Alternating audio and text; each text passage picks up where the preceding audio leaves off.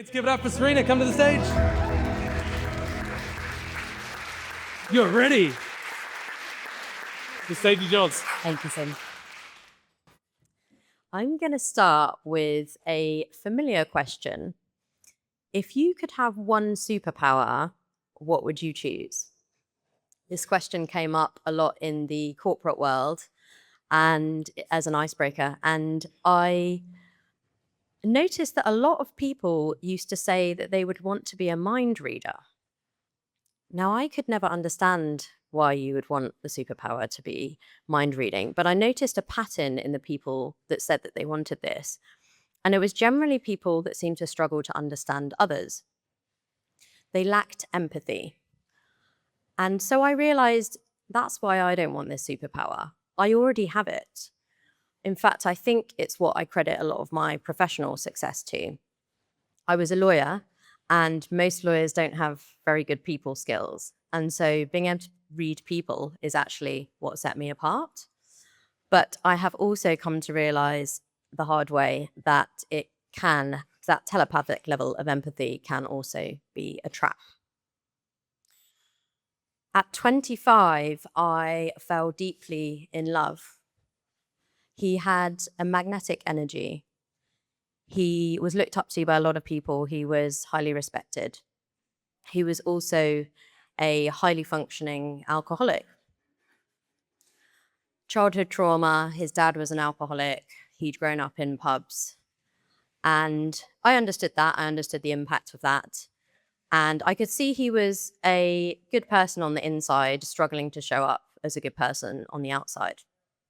When he let me down, I'd think, he means well, it's not his fault, it's the addiction.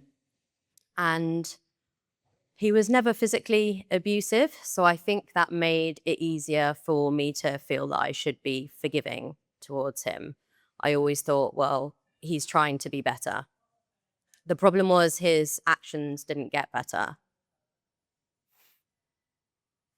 I had quite a vivid dream just last week that reminded me how it felt when I was with him. And I'd be embarrassed and upset at how he treated me, especially after he'd had a drink.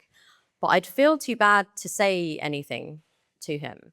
And that wasn't for fear of speaking up. That was because I was worried it would make him feel worse. I was actually so busy empathizing with and feeling sorry for him that I didn't know how to feel sorry for myself for being repeatedly let down and disappointed and not looked after. And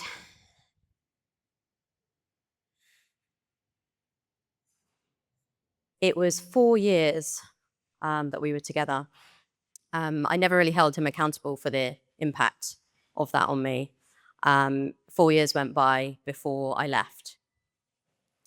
And the irony is, the only reason I left was because I felt I'd become a burden on him. And I thought that he would recover better without me. Afterwards, he said to me, if you're ever in this situation again, you should speak up sooner. Don't tolerate for so long that it becomes too late to be repairable. And I thought, the cheek of it. I was so mad. It was like he was blaming me for not leaving sooner. It was 3 years before I realized the significance of what he had said. And so 3 years went by, and I was promoted from lawyer to senior leadership in a big corporate. And I was responsible for people engagement and culture for a department of 200 people.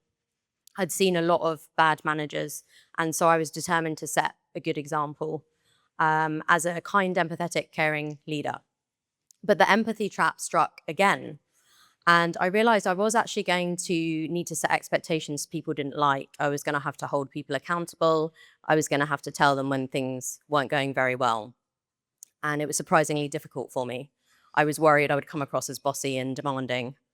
But actually, having started from a place of kindness and empathy, I'd built quite a lot of trust. And I realized that actually by being firmer with people, I was more respected and I could get more of my needs met. So where's this left me now? I still think empathy is really important. We need more understanding in this world. But I've realized that in order to avoid the empathy trap, I need to be able to speak up about my feelings and hold people accountable for the impact that their actions have on me. And it's only when you can pair accountability with empathy that the empathy becomes a real superpower. Thank you.